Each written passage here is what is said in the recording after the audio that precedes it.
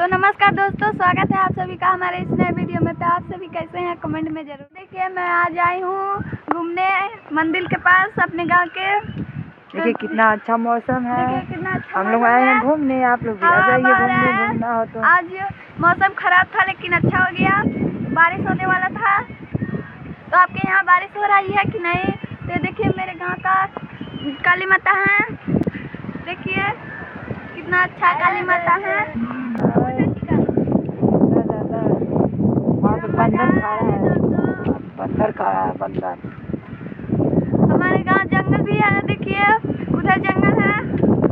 हाँ दिखा दे रहा है जंगल भी आप लोगों को। देखिए मम्मी, देखिए कितना अच्छा जंगल है। क्या आप लोग मेरे गांव घूमने आए? मकई का पौधा है, पेड़ है।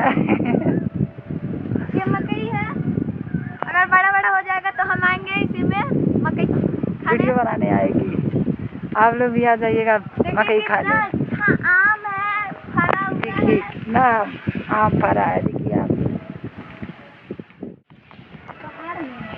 देखिए कितना अच्छा आम है। भैंस चल रही है तो बड़े तो देखिए कितना बड़ा बड़ा आम है, आप लोग देख रहे हैं या नहीं?